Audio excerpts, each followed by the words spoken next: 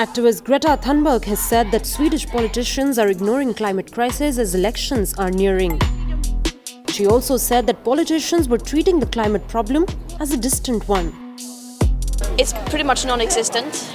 We have been completely focusing on other things. That's because the people in power, the media and other people who have big platforms have chosen not to use them, and we have chosen not to communicate that many of the crises that we are experiencing now are very closely interlinked, and therefore people of course only focus on the things that are right ahead of them instead of actually focusing on the larger holistic picture.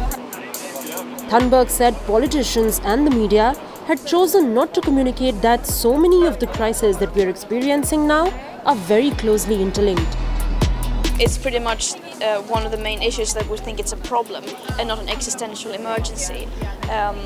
As I said before, we focus on the climate when we have time to spare. It feels like it's something that, it's a problem and not an existential emergency that affects all other issues as it should be, as it is in reality.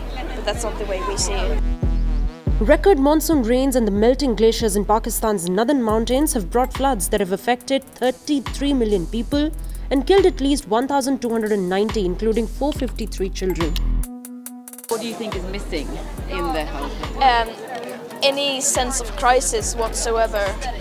We treat the climate crisis as a distant threat far away in the future. It's not something that impacts people here and now, but it is very much impacting people here now. Just take Pakistan now as an example, a very clear example. But since many of us, that's a very distant threat. It's not something that we prioritize when we go and vote, as if it was something that we could vote for that would change things, but there isn't.